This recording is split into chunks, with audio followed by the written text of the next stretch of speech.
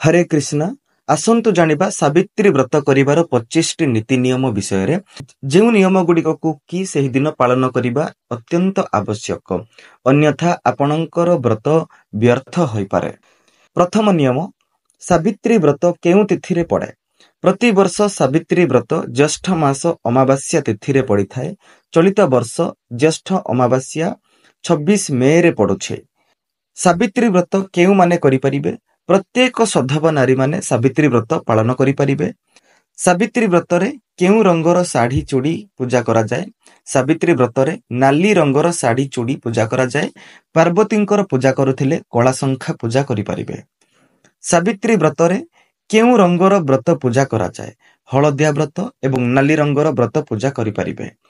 केउ हातरे सावित्री व्रत पिंधि परिबे। सावित्री व्रत डाहाण हाथरे पिंधिबा उचित। केउ देवादेवी को सावित्री व्रत रे पूजा करा जाए। देवी सावित्री माता लक्ष्मी को एवं माँ पार्वती को पूजा करा जाए एवं प्रभु नारायण भगवान शंकरंकर मध्य पूजा करा जाए। सावित्री व्रत रे जम देवता को पूजा करा जाए ना नहीं, निश्चिंत भाव पूजा करा जाए। राजा सत्यवानंकर जीवन फेराई देइथिले धर्मराज जम। रानी सावित्री सेथिपाई जम देवता को पूजा करिथिले। सेथिपाई धर्मराजंकर पूजा चाहिए करिपारिबे स्वामींकर दीर्घायु पाई। एक विशेष सूचना जमदेवता को सठिक मंत्र रे प्रार्थना करिबा द्वारा पूजा करिबा द्वारा समस्त कष्ट एवं रोग दूर होइथाए एवं मृत्युर भय मध्य दूर होइथाए। तेणु एही चैनल रे आगकू गोटे वीडियो अपलोड करा जिवो जेउ वीडियो रे जमदेवतांकर सठिक मंत्र दिया जिवो एवं संकल्प करिवार विधि मध्य कुहा जिवो। जेउ मंत्र को सावित्री व्रत दिन निजर स्वामींकर दीर्घायु पाई जप करिबा अत्यंत महत्वपूर्ण होइथाए। तेणु एही चैनल को निश्चिंत भाव सब्सक्राइब करंतु एवं बेल आइकन को क्लिक करिकि रखिथांतु ताकि आगकू आमे सेही वीडियो अपलोड कले प्रथमे आपनकू मिलू एवं आपण ताहार लाभ उठै पारंतु। कोन पई सावित्री व्रत पालन करा जाए? स्वामींकर दीर्घायु कामना पाई सावित्री व्रत पालन करा जाए। जने सधावा नारी बंची थिबा पर्यंत हातरे शंखा सिंदूर रहिबा पई एही व्रत पालन करिथांती। सावित्री व्रत रे कोन खाइबा उचित? सावित्री व्रत रे फल खाइ परिबे, फल जूस करी पी परिबे, सागु पणा पी परिबे, गजा मुग गजा बुट इत्यादि खाइ परिबे। सावित्री व्रत रे कोन खाइबा अनुचित? रंधा होइतिबा खाद्य पियाज रसुण चाहा पिट्टा कषा कोल्ड ड्रिंक्स इत्यादि खाइबा उचित नुहे। केउठी सावित्री व्रत करा जाए? बरगछ मूलरे घरे किंबा मंदिर रे पूजा करा जाई परिबो। सावित्री व्रत घरे किपरि करा जाए? तो घरे शिଳରେ हलदी लगाई मांकर आखि नाक पाटी मुह करी प्रतिमूर्ति स्थापना करी पूजा करा जाई परिबो किंबा पैडरे देवींकर प्रतिमूर्ति स्थापना करी पूजा करी परिबे।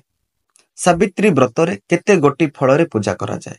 सेमिति किछि नुहे, सबु प्रकार फल रे पूजा करा जाए।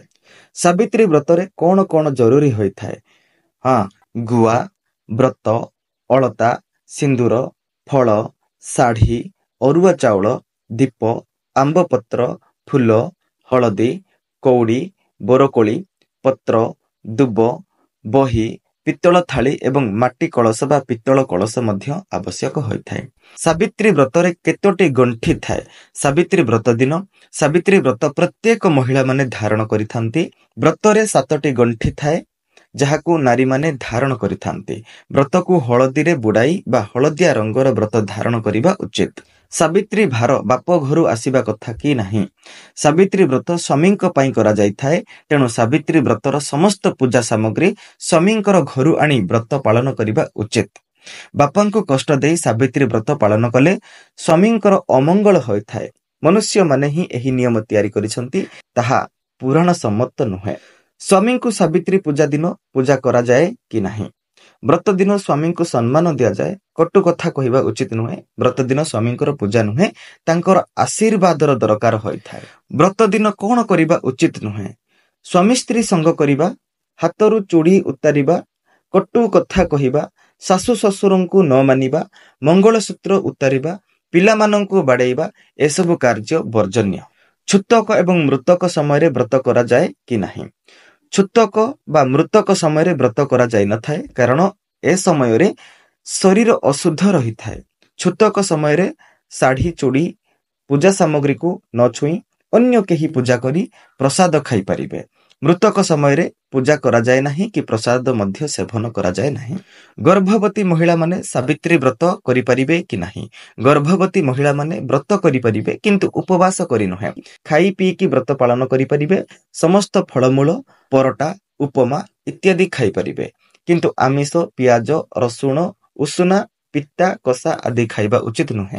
मासिक धर्म समय व्रत करिपारिबे कि नहीं। मासिक धर्म समय व्रत करिपारिबे किंतु कौनसी पूजा सामग्री को छुईबे नहीं कि पूजा करिबे नहीं। केवल पूजा सारिबा परे, प्रसाद सारिबा परे छुईबे, खाई पारिबे।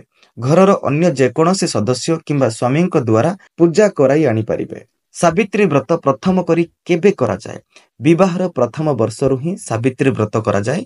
जदि प्रथम वर्ष व्रत करिबा समय रे ऋतुस्राव होइथाय किंबा छुतक कि मृतक होइथाय तेबे विवाहर प्रथम वर्ष पूजा न करी परवर्ती वर्ष ठारू आरंभ करि पारिबे। सावित्री व्रत दिन केउ ठाकुरन को दर्शन करिबा भल होइथाय। शंकर एवं पार्वती, लक्ष्मी एवं नारायण जुगलंक दर्शन अत्यंत शुभ होइथाय। सावित्री व्रत केउ दिन उत्तरा जाए अर्थात पारण करा जाए। व्रत सरिबार परदिन गाधोई सारी घर ठाकुरन को पूजा सरिबा परे व्रत को उठेई पारिबे अर्थात पारण करि पारिबे। पूजा सरिबा परे कोन करिबा उचित। पूजा करी आनिथिबा साड़ी, शंखा, सिंदूर, अलता पिंधि स्वामी ठारू एवं घरर समस्त वयोज्येष्ठ लोकंक ठारू आशीर्वाद नेबा उचित। स्वामी जदि निज इच्छा रे प्रसाद खुआई व्रत भांगती तेबे बहुत शुभ होइथाय एवं सावित्री व्रत दिन जदि सिंदूर शंखा पिंधाई दियंती तेबे अत्यंत शुभ होइथाय बोली विश्वास करा जाए। एहीपरि भावरे ओडिशा इतिहास एवं ओडिया परंपरा और संस्कृति सहित जड़ित रहबा पई आमर चैनल को सब्सक्राइब करिकि बेल आइकन उपरे क्लिक करंतु एवं वीडियोटी को लाइक करिकि निजर संबंधी मानक सहित शेयर करंतु। धन्यवाद।